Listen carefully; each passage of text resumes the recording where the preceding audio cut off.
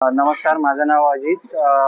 मी इकडे जवळपास गेली 5 ते 6 वर्ष क्रिकेट खेळत आहे आणि डोंबिवली पश्चिमला तुम्ही जर बघितलात तर इकडे हे तुम्हाला एकच मैदान तुम्हाला खेळण्यासाठी बघायला भेटतंय, की इकडे जवळपास बघायला गेलात तर अजिंक्य राणेसारखे इंटरनॅशनल खेळाडू सुद्धा याच मैदानावरती घडलेत आणि आज याच मैदानावरती कन्स्ट्रक्शन म्हणजे तुम्ही पाठीमागे बघायला गेलात तर माती टाकली जाते आणि खेळाडूंसाठी इकडे जी खेळण्याची जागा आहे तिथे बंदी केली जाते आणि याच्याच विरोधात आम्ही आमचे स्थानिक नगरसेवक, आमदार आहेत, खासदार आहेत, त्यांना विनंती करतोय की हे जे काही प्रोजेक्ट इथे आणलाय तो दुसऱ्या जागेवरती शिफ्ट करावा आणि आपल्या माध्यमातून आमच्या सर्व खेळाडूंना ही मदत होईल यासाठी प्रयत्न करावे. दिलं तर हा जो प्रभाग आहे 21 या प्रभागामध्ये हे मैदान येते रेल्वेचं आणि मी लहानपणापासून हे मैदान हे रेल्वेचं आहे आणि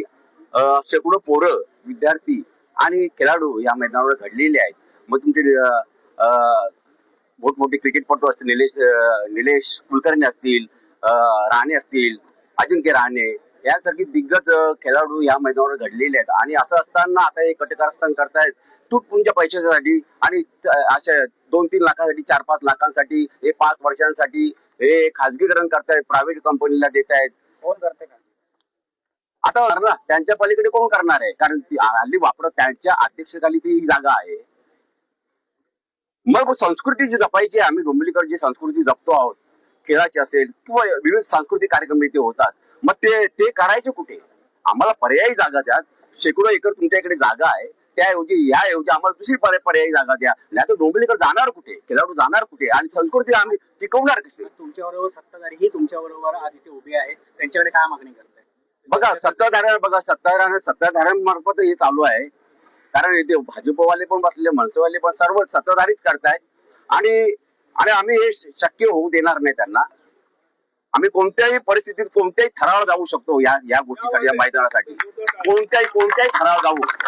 आम्ही लाथा काटे खाऊ, गोळ्या खाऊ, पण या मैदान आम्ही जाऊ देणार नाही. याने लिहून घ्यावं, इथे लिहून घ्यावं, हे रेकॉर्ड बोलतोय का आम्ही हे मैदान जाऊ देणार नाही.